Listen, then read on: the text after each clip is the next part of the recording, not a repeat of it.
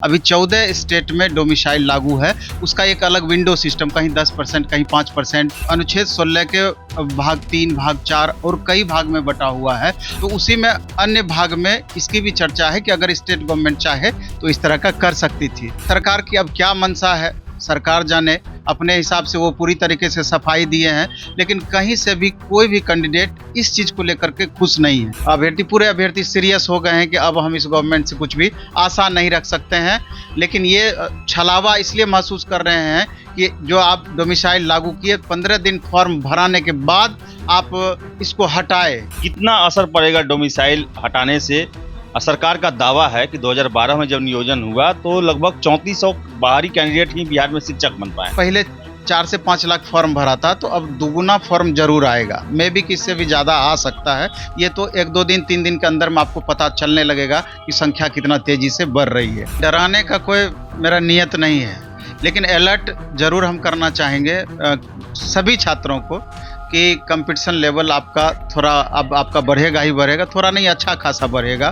कहीं ना कहीं कंपटीशन तो निश्चित रूप से बढ़ने वाला है। तो पढ़ाई लड़ाई दोनों साथ साथ चले। अगर वैसा माहौल बनता है तो आप सपोर्ट भी करें, लेकिन पढ़ाई को इग्नोर नहीं करें। अब पूरी तरीके एक सेट डेली बनाएं। प्राइमरी और अपर प्राइमरी यानी कि पहला से लेकर 8वीं क्लास, तीसरी से लेकर 8वीं क्लास तक के बिहार बोर्ड का जो सिलेबस है या SCRT का जो सिलेबस है, BTBC का जो सिलेबस है, उसको पूरी तरीके से फॉलो करें। नमस्कार, आप देख रहे हैं द बिहार टॉप। मैं हूं आदेशपुरी। BPSC शिक्षक बहाली में डोमिसाइल के प्रश्न पर छात्र काफी आक्रोशित थे।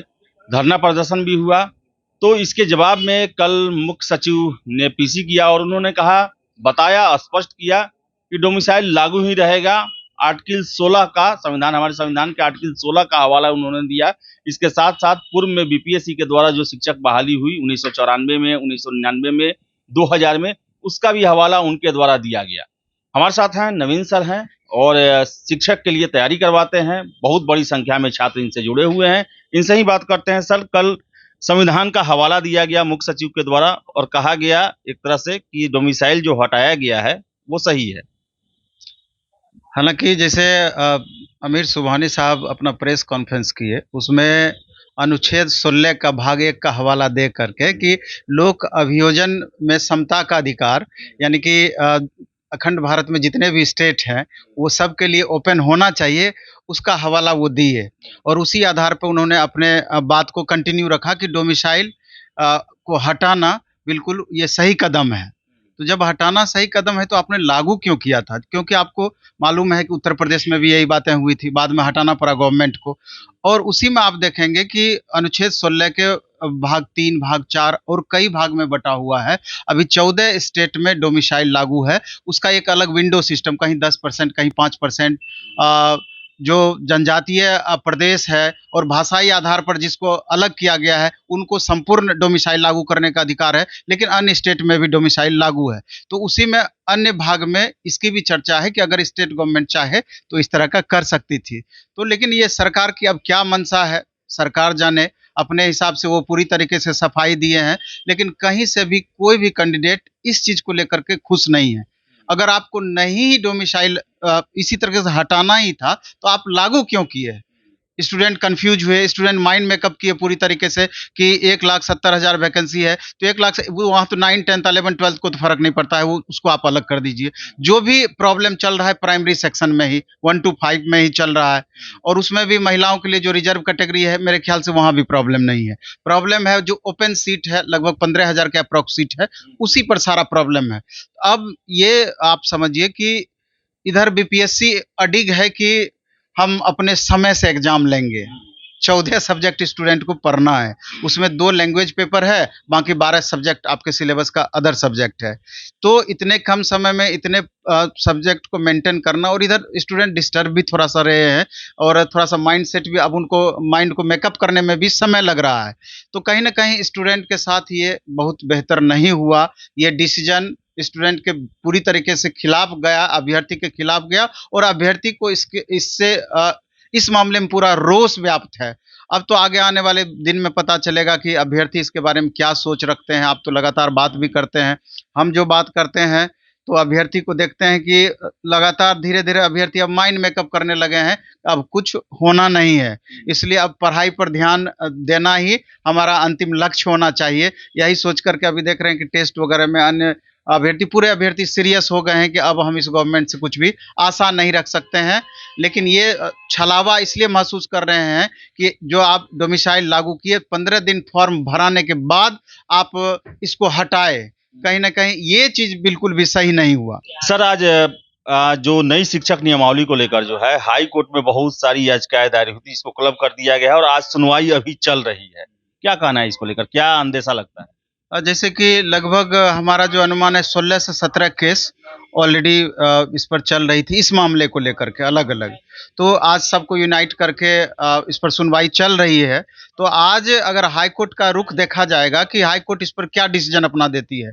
अगर हाई कोर्ट स्टे किसी तरह का नहीं लगाती है, अभी तो कहना मुश्किल है कि क्या करेगी, तब तो अपना प्रॉपर वे अपना समय पर सारा कुछ होगा, समय पर एग्ज़ाम होगा और स्टूडेंट को भी आज हाई कोर्ट के डिसीजन को देखते हुए पॉजिटिव या नेगेटिव आगे का रुख पूरी तरीके से अख्तियार कर लेना चाहिए कि पूरी तरीके से पढ़ाई में लग जाना चाहिए। सर कितना असर पड़ेगा डोमिसाइल हटाने से? सरकार का दावा है कि 2012 में जब नियोजन हुआ तो लगभग 3400 बाहरी कैंडिडेट ही बिहार में शिक्षक बन पाए, लेकिन ये भी कल प्रश्न पूछा गया पीसी में कि उस समय तो ऑफलाइन था, ये ऑनलाइन एप्लीकेशन है, तो कितना सर कैंडिडेट बढ़ेंगे, कितना कंपटीशन बढ़ सकता है ये डोमिसाइल हटाने से? एग्जैक्ट तो अंदाज लगाना इसका मुश्किल है, फिर भी हमको लगता है कि जैसे बगल में उत्तर प्रदेश की बात करें तो 4 साल 5 साल से वहाँ शिक्षक की बहाली नहीं आई है। कमोबेश बिहार वाली ही स्थिति वहाँ पर भी है और कुछ बाहर से कैंडिडेट भी यहाँ आ रहे हैं तैयारी करने के लिए। उनसे जब हम बात करते हैं तो वो बताते हैं कि 15,000 सीट हम लोगों के लिए पर्याप्त है, ठीक है, क्योंकि वहाँ 5 साल से बहाली नहीं आई है और 3 साल से लगातार हम लोग सुपर टेट की तैयारी कर रहे हैं। तो निसंदेह यही चीज़ आपका अन्य स्टेट में भी यही चीज़ चल रहा होगा, चाहे झारखंड हो, मध्य प्रदेश, छत्तीसगढ़, हर जगह के बच्चे फॉर्म भरेंगे। तो कहीं न कहीं कॉम्पिटिशन तो निश्चित रूप से अब बढ़ने वाला है और अलग-अलग स्टेट से चूँकि ये मुद्दा इतना गरमाया डोमिसाइल वाला कि चूँकि बिहार के बच्चे लगभग हर स्टेट में एग्ज़ाम देने के लिए जाते हैं। अब दूसरे स्टेट से भी ये प्रश्न उठने लगा था कि जब आप हमारे यहाँ आते हैं, तो हम क्यों नहीं वहाँ जाएँगे? तो जो सुषुप्ता अवस्था में थे, जो बहुत एक्टिव नहीं भी थे, इस प्रकरण को लेकर के हमको लगता है कि और ज़्यादा सब एक्टिव हो गए। चूँकि ऑनलाइन फॉर्म भरा जाना है, इसलिए फॉर्म अच्छी खासी संख्या में आने की संभावना है और हमको लगता है कम से कम पहले 4 से 5 लाख फॉर्म भरा था, तो अब दुगुना फॉर्म ज़रूर आएगा। मेबी कि इससे भी ज़्यादा आ सकता है। ये तो 1-2 दिन, 3 दिन के अंदर में आपको पता चलने लगेगा कि संख्या कितना तेज़ी से बढ़ रही है। एग्ज़ैक्ट बताना तो निश्चित रूप से थोड़ा मुश्किल होगा। छात्रों को सर क्या कहेंगे आज के दिन में, जिस तरह आप बता रहे हैं कि दोगुना हो जाएगा फॉर्म, परीक्षा भी अपने नियत समय से होने की संभावना है, छात्रों को क्या कहेंगे सर? देखिए, डराने का कोई मेरा नियत नहीं है, लेकिन अलर्ट ज़रूर हम करना चाहेंगे सभी छात्रों को कि कंपटीशन लेवल आपका थोड़ा अब आपका बढ़ेगा ही बढ़ेगा, थोड़ा नहीं अच्छा खासा बढ़ेगा।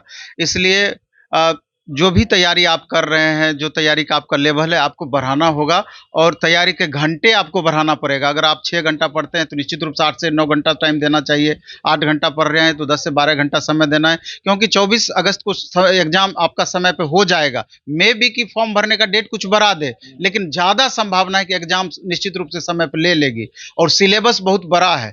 तो पढ़ाई, लड़ाई दोनों साथ-साथ चले। अगर वैसा माहौल बनता है, तो आप सपोर्ट भी करें, लेकिन पढ़ाई को इग्नोर नहीं करें। अब पूरी तरीके एक सेट डेली बनाएँ और जो सेट बनाएँ, लेवल का सेट होना चाहिए और क्वेश्चन जो आपसे गलत हो रहा है, तो उसका डिस्कशन भी आप ज़रूर करें, जिससे कि डे बाय डे आपको इम्प्रूवमेंट दिखे और सब्जेक्ट के इम्पोर्टेंस को ध्यान में रख करके, जैसे प्राइमरी की बात करें, तो 35 से 40 क्वेश्चन एक संभावित है कि मैथ रीजनिंग पूछ सकता है और मैथ रीजनिंग स्कोरर पेपर है। अगर आपका कंसेप्ट क्लियर है, तो इसमें 100% मार्क्स आप ला सकते हैं। बाकी जीएस में आपका दावा नहीं ठोक सकते हैं। और दूसरा हम ये कहना चाहेंगे कि प्राइमरी और अपर प्राइमरी यानी कि पहला से लेकर 8वीं क्लास, तीसरी से लेकर 8वीं क्लास तक के बिहार बोर्ड का जो सिलेबस है या एससीईआरटी का जो सिलेबस है, बीटीबीसी का जो सिलेबस है, उसको पूरी तरीके से फॉलो करें। 80% क्वेश्चन ज़्यादा उम्मीद रखें कि यहाँ तक का पूछेगा, 20% अप टू 10 लेवल तक आप जाएं।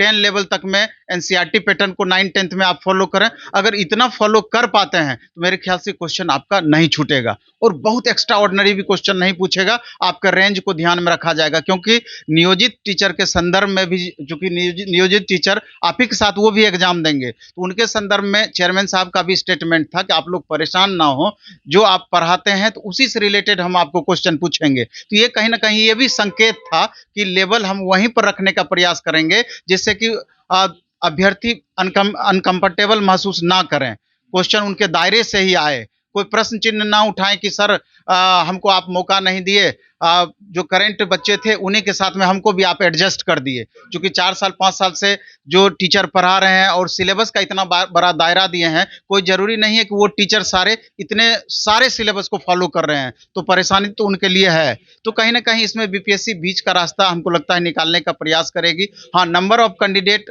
जैसे 6 लाख तक अगर रहेंगे तो एक सीटिंग में हो जाएगा, 6 लाख से बढ़ेगी तो 2 सीटिंग कर दिया जाएगा। लेकिन उम्मीद रखिए कि एकदम टाइम से सब कुछ करा लेगी और जनवरी फरवरी तक ये कोशिश करेगी कि इसको फाइनली हम सरकार को सुपुर्द कर दें कितने बच्चे को हम सेलेक्ट किए। तो नवीन सर थे और इन्होंने साफ कहा कि अब कैंडिडेट जो हैं वो तैयारी पर ज़्यादा फोकस करें, क्योंकि 24 अगस्त से परीक्षा जो है नियत है। और सरकार का रवैया डोमिसाइल को लेकर साफ कर दिया है सरकार ने कि हम जो हैं अब बदलाव नहीं करने जा रहे हैं।